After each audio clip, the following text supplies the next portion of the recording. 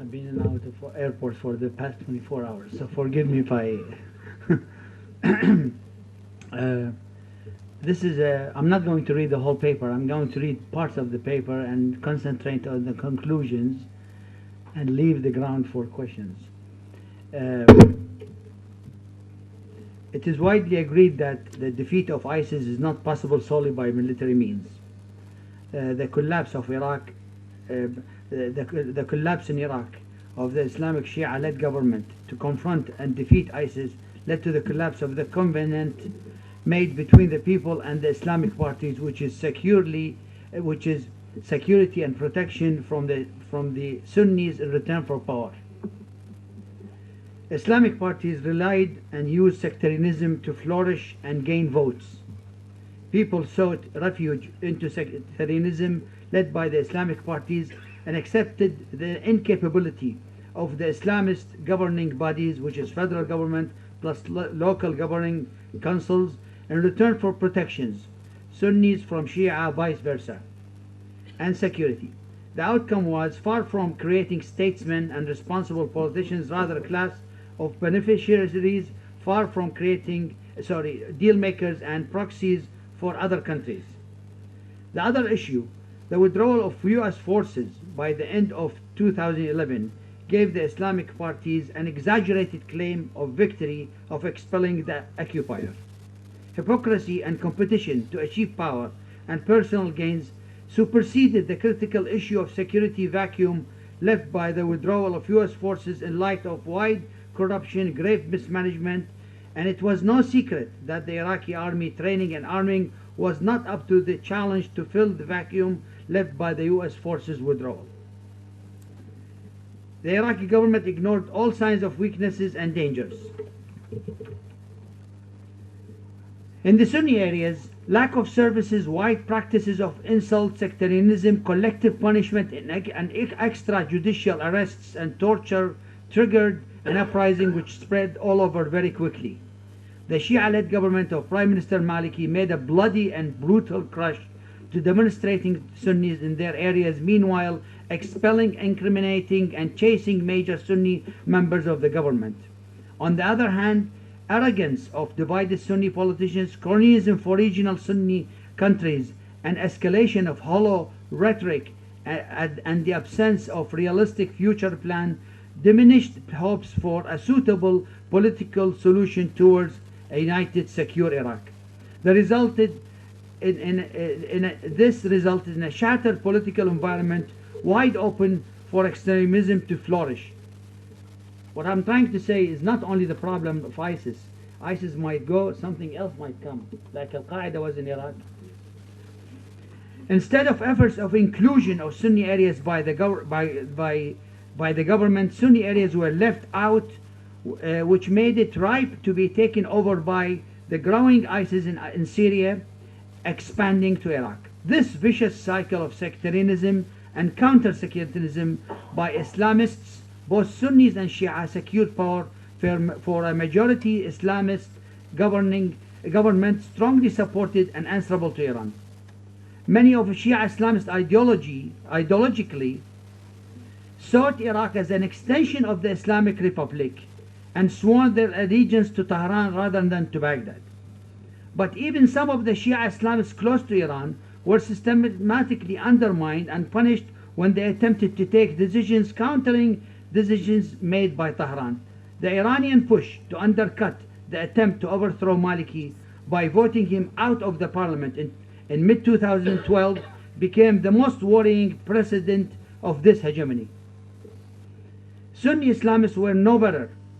Sunni politicians willingly acted as proxies to regional Sunni countries, relying on a sadistic combination of outdated values of Arab nationalism and chauvinism, hollow anti-Shia elitism, and Islamic Wahhabist ideology.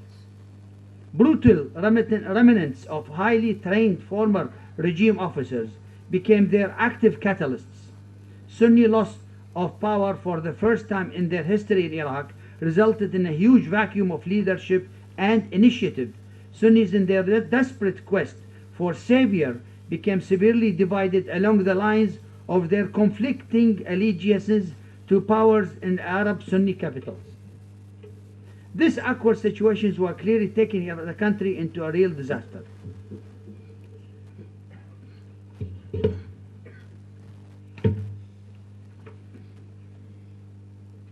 This deterioration continued until the fall of Mosul, which was the turning point.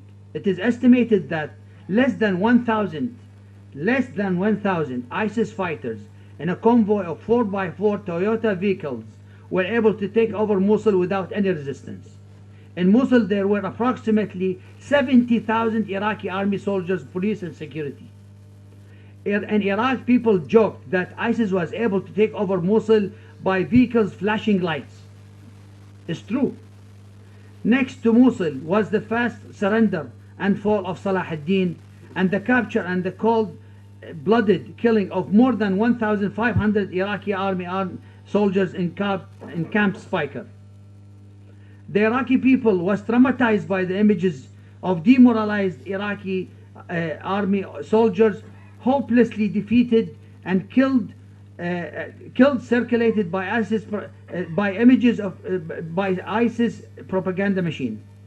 The Iraqi government was paralyzed and made no effort to save the situation, and ISIS was closing in around Baghdad. The great Ayatollah Ali Sistani issued a fatwa for jihad against ISIS, which eventually created the popular mobilization, which we call it Al-Hajj Al-Shabi. And hundreds of thousands of young, old Shia men and women volunteered to protect Baghdad and the holy shrines of Samarra. Hajj spread around Baghdad and pushed or stopped the momentum of ISIS expansion. Tens of Hajj battalions were formed very quickly, and a division started to emerge between Hajj battalions of those who strictly complied with the call of the holy fighting and defending holy places as prescribed by the Marja'iyya, which is the Sistani, in Najaf, and those who acted as rogue militias working outside the framework of the government and often committing actions condemned by top Shia leaders, the government and the international community. The militias, some already existed and others were newly formed, made some bold moves showing political ambitions and challenging government, and even calls on the termination of the parliament and the return of Iraq to presidential rule. This problem continues to present a real challenge to the government and to the future of Iraq. The pro-Iranian Shia militias made a conspiracy theory propaganda campaign to undermine the alliance by the international alliance by accusing the alliance and the United States of helping and even providing weapons to ISIS. But the Hashd, in spite of its undeniable success in protecting Baghdad and the Shia areas, proved its own limitations in mixed and more Sunni areas. Additionally, Hashd violent actions and bad treatment of returning refugees to local Sunnis in liberated areas backfired and presented grave dangers in the process of rebuilding and resettling these areas. It became very clear that many of these militias, who were closely controlled by Iranian supervisors, were launching a systematic campaign of ethnic expelling and replacement in order to change the topographic nature of some of the Sunni areas, specifically areas which were pocketed or within close proximity of the borders of heavily Shia populated areas. The role of the Kurdish parties. The Kurds in their autonomous region acted in dual conflicting policies. The Kurds succeeded through pressure and deal-making in Baghdad to raise their share of oil revenue to 17% of the total of the oil of the Iraqi budget, in spite of the signs that they represent a percent of population less than this share. They also have strong participation in federal government cabinet in Baghdad. On the other hand, their calls for separation and independence, distancing themselves away from the problems which involve the rest of Iraq, and restrictions put on Arabs who travel or live in Kurdistan created a wide feeling of dismay and anger.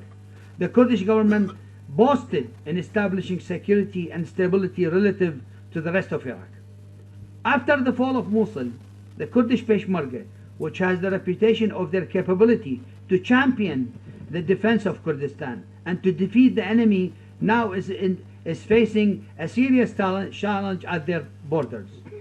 ISIS within few days was at the edge of the Kurdistan capital Erbil, and the Kurdish government struggled to keep its military and security forces intact. The US and Western countries who invested, trained, hoped for the Peshmerga, which is the fighters of the Kurds. Like the rest of Iraq, the Kurdish people, captivated by the dreams of independence and Kurdish nationalism, in return for security and stability, accepted the downfalls of an increasingly authoritarian political system, in addition to allegations of wide corruption of a one-family rule and business empires. The conclusion. The emergence of ISIS and the failure of the Iraqi state changed the political dynamics in Iraq in unprecedented direction. Unpredicted direction. ISIS used its ideology of sectarianism and dehumanization of the Shia as a historical, the fifth column traitors of Islamic Khalifa, as an effective means to raise monies, recruit young Muslim fighters from all over the world. One would expect the reaction to ISIS ideology of annihilation of the Shia is the escalation of sectarianism by the Shia. What happened in reality was quite different. Also, Sunnis were shattered as they either became refugees or under brutal thumb of ISIS control. The collapse of the Shia-led government to confront and defeat ISIS led to the collapse of the contract made the people and the Islamic parties. For the first time, the Shia people started to question the validity of their Islamic leaders in light of the deteriorating economic situation, lack of services, and collapse of country's infrastructure. Shia Islamic parties tried to save the moment by what they knew best, which is through sectarianism, and by spreading the story of that most of the army of police units in Mosul surrendered because they were majority Sunnis, shifting the blame to Sunnis of collectively giving up to ISIS. After years of relying and spreading sectarianism, this explanation seemed exhausted and may have worked only for a narrow group of hardcore Shia militias, but on a national scale it failed miserably. Sunni Islamic parties and politicians lost their popular base and representation to ISIS, and they hold no ground. Sunni politicians' legitimacy now in question, and became themselves refugees who cannot go back to their hometown and areas. For a short period of time, right after the fall of Mosul, Iraq was rapidly transforming into militarized society, and the glorification of and the heroism of Hajj is becoming the only politically correct rhetoric. Simultaneously, as the result of a cumulative failure of Prime Minister Maliki's government, what seems to be a deadlock to form a government due to Maliki's insistence for a third term, unexpectedly resolved by replacing Maliki with Dr. Haidar Abadi. The feared authoritarian rule by Maliki has ended, giving a new chance for freedom to release mounting anger of the Iraqi people. As a result, and contrary to the militarized status of the country, a wide range of civil demonstrations erupted all over Iraq. Masses of angry Iraqis, men and women, marching to the Tahrir Square in Baghdad, chanting anti-corruption, anti-Islamic rule slogans. The glamorization of Hashd has declined sharply, and the heroism of the demonstrators prevailed within the Iraqi society. The call for civil society and non-Islamic rule was riling at the expense of outdated sectarian slogans, and the calls made by religious parties are no longer effective. In the unprecedented move, even the Marja'iyya and Najaf supported the demonstrators' quest for civil society and government.